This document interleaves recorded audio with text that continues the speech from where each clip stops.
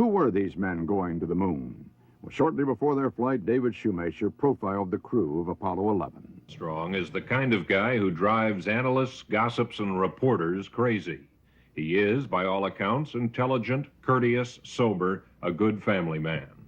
And it is that, if you consider the life of Neil Armstrong, which is faintly disturbing. He is perfect for the role, beyond what a Hollywood scriptwriter would dare. Birthplace, Wapakoneta, Ohio. Population, 7,000. Where phone calls are still only a nickel, and young boys fish in a stream just a block from the center of town. As a youngster, Neil worked at Ryan and Brading's drugstore to pay for flying lessons. If Armstrong's love of flying was not unusual for a boy, his early interest in space was. But he had an advantage not every boy has, a neighbor, Jacob Zint, an amateur astronomer who built an 8-inch telescope and observatory in his backyard.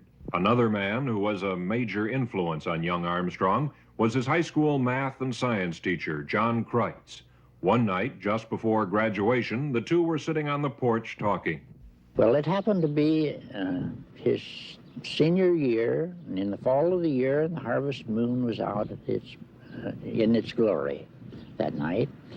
And we sat on the porch there and looked up at it and admired it and commented on it. And for lack of anything else to say, I said to Neil, "Neil, next year what?" And he answered, "I want to meet that man up there." And he pointed up to the moon. But before the moon, there was flying. Neil Armstrong was 21 years old when he became a carrier pilot and set out on 78 combat missions in Korea. He was, of course, a hot pilot, won 3 air medals, was shot down but walked away unhurt. It was the first of several incidents that were to mark him as either the best or the luckiest pilot around. Leaving the Navy, he joined the X-15 program, survived a near miss there, passed up a chance to join the Mercury program because they weren't sure they were going to the moon then. Once they were, he volunteered for Gemini and was quickly accepted. And in the only forced landing in the space program, overcame a stuck thruster on his Gemini 8 spacecraft and brought her back to a safe splashdown in the Pacific.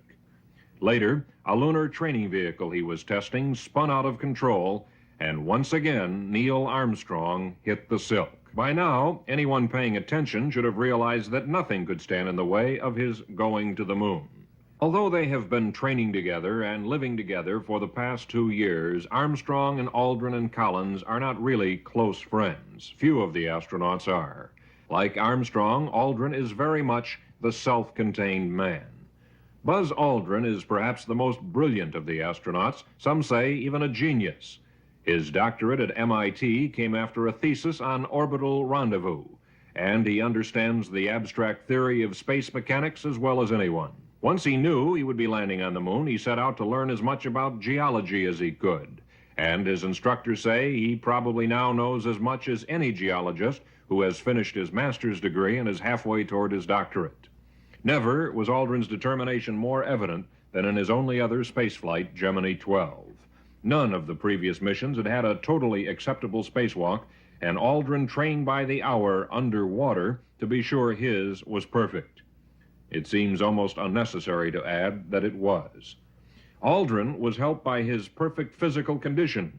He is, in fact, a fanatic on physical fitness. Armstrong, on the other hand, thinks exercise is a waste of time, and that's the only difference between the two men on the record. Mike Collins believes in physical conditioning too, but not with the intensity of Aldrin. Collins is the handball champion among the astronauts, but he characteristically kids himself about it, saying it's a bush league at the Manned Spacecraft Center. Anywhere else, he would get murdered. Collins has done everything the others have, but somehow it's not the same. The son of a general and the nephew of another, J. Lawton Collins, he graduated from West Point but didn't like the military discipline. He bailed out of a jet that was on fire. He flew X-15s, but he can't remember anything spectacular. Collins says he loves flying, but you got the feeling he could quit tomorrow. Collins has flown one space mission, Gemini 10, with John Young. His EVA did not go well, had to be cut short when fumes leaked into his oxygen system. But he accepted that with the same mixture of fatalism and humor that he has shown throughout his life. It is a characteristic that must have been intensified when he was forced off the Apollo 8 crew because of minor surgery for a bone spur, only to wind up on the lunar landing mission. Collins is the least technical in outlook of the Apollo 11 astronauts, but the most philosophical.